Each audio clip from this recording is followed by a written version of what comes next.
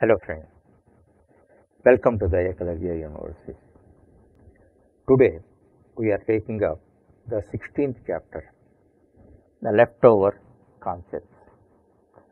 This is the last chapter in the module 3 of the Java chapter zone.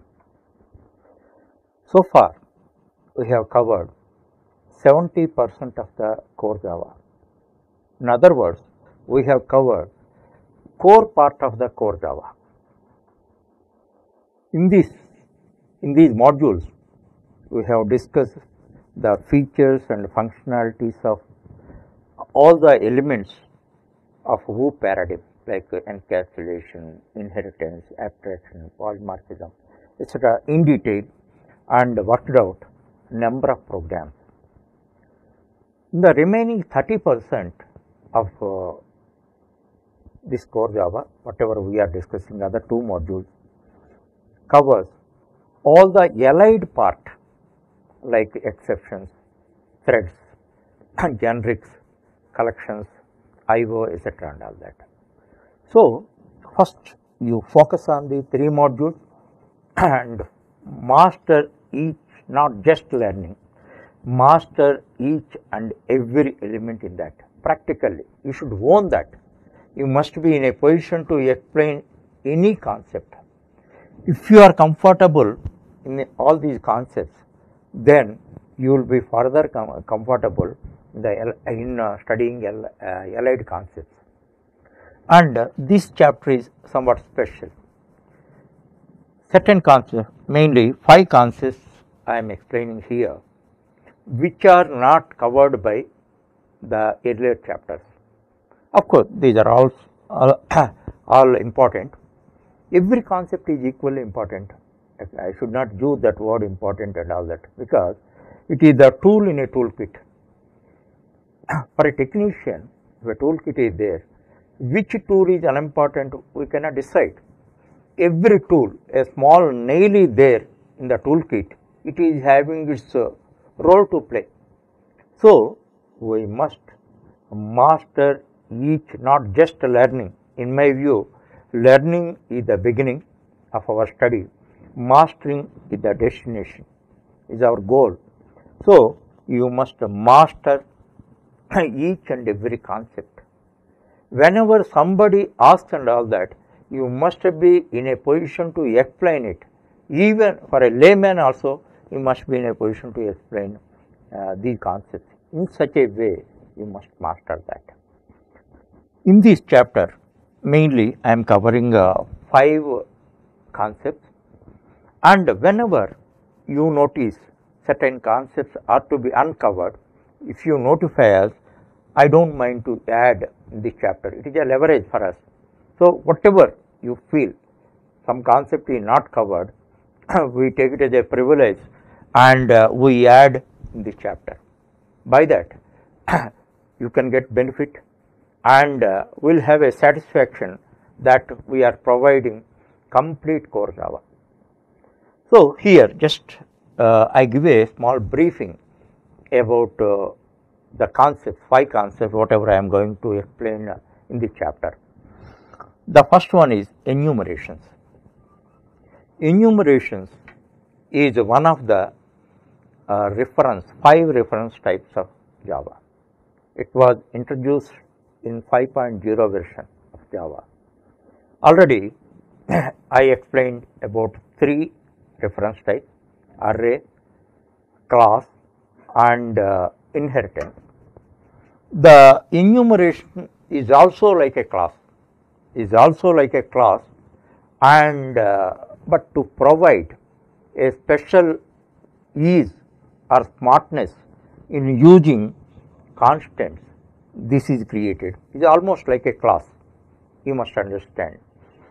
You can find this enum, actually it is represented by enum. You find the enum or enumerations in C++ also. In C++, they deal with a set of named integer constants. They have default values. If you want to give any explicit values, you can give, but this is much broader. much broader, and here not only integer constants, whatever types of constants you want to create, such type of constants you can create, and it is not just limited to defining the constants, it allows you to define other fields as well as other methods which act upon these constants. So, it is broader. So, you can understand enumeration is a special type of Java class which deals with set of named constants, that you have to understand. This is one of the 5 reference types. Okay. So, with this array, class, interface, enumeration. Now, next one, annotations. Annotation is the 5th reference type in Java. There are 5 reference types: array, class, interface, enumeration, and annotation. Actually, these annotations we don't use in core Java. Just I give a briefing about that, because you should have a basic idea about that. Actually, Java Entrepreneur Program edition, we use that, JEE. There we extensively use annotations. Annotations provide a metadata, meta information into our source code. It allows us to insert meta information into our source code, but they never affect our operations, but they give some compile time instruction to the compiler and runtime instructions also. You cannot imagine their functionalities. Actually, this is need based. Whenever you find that need, you can understand. Briefly, what you have to understand, metadata means information about the data. Such type of things are provided which is inserted in the source code itself. Certain notations are there which are started with the at symbol, at the rate of symbol, and they give instruction to the compiler at compile time and at runtime system at runtime, but they will not affect the operations or execution of our program. This is one of the reference types in Java. So, I have introduced all the reference type, 5 reference types in Java. Okay. Thereafter, assertions. Actually, in programming, in certain situations, we go by certain assumptions. Assumptions, actually in programming or in real life, test and trust. Without testing, you should not blindly believe anything. You should not trust it. In programming, it is much dangerous. Suppose one assumption you make. If it is wrong, the program may fail, or you may get unexpected result, undesirable result. That is why assertion. You assert, one progeny is provided to whether your assumption is true or false. If your assumption is true, then program is automatically executed. If your assumption is false, program is terminated and you are notified, and it allows you to take necessary measures to execute, rectify errors. Thereafter, 4th concept, var args, variable length of arguments. As you know, a method, whenever a method or a C function, whenever we define it with no arguments or with a specific number of arguments. Calculate product, calculate sum, int, calculate product, int. Like every time we should specify the number of arguments. So, when we give lesser number of arguments or more number of arguments, it fails. Compiler reports an error.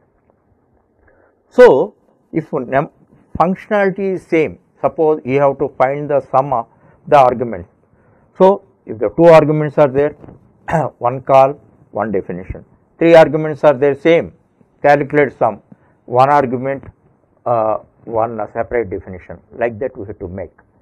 These where args provides us a privilege.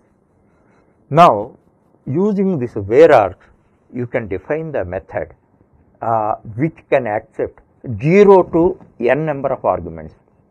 0 to n number of arguments. That means you need not specify the number of arguments beforehand. Then suppose calculate sum is there. Calculate sum, you may not give any argument or give 2 arguments, 3 arguments, 5 arguments or n arguments, it calculates. So, using where args, we can provide smartness to the method. By that, the limitations of the method are reduced. So, clearly one functionality means one method only we define. Depending on the number of arguments, we never define multiple definitions. That is the smartness in this, and the code also, the size of the program will be substantially reduced. And finally, covariant return types. Actually, this is an implementation oriented concept. Actually, in inheritance, this concept is applicable. Actually, we can override instance methods. In inheritance concept, we can override instance methods, but static methods are not allowed to be overridden. So, in case of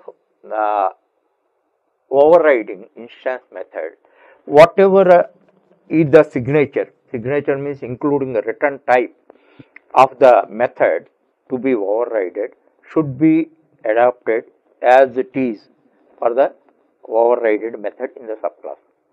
The same signature you must use including return type. That is a condition. We should not change. But here, using covariant return type, some relaxation is provided.